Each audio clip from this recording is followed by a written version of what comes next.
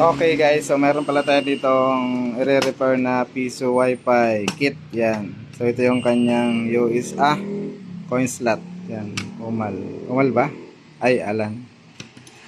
So ito yung kanyang unit. Yan. Relay, back converter, tapos orange pie ni Alan. Yan. Tapos meron nilagay na pan.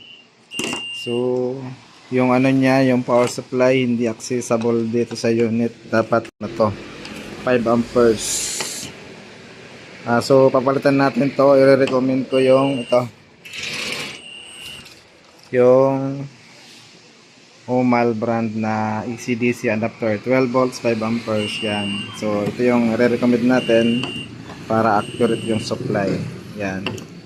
So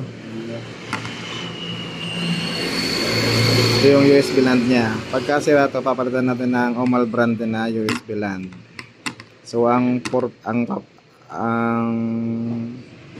sira nito is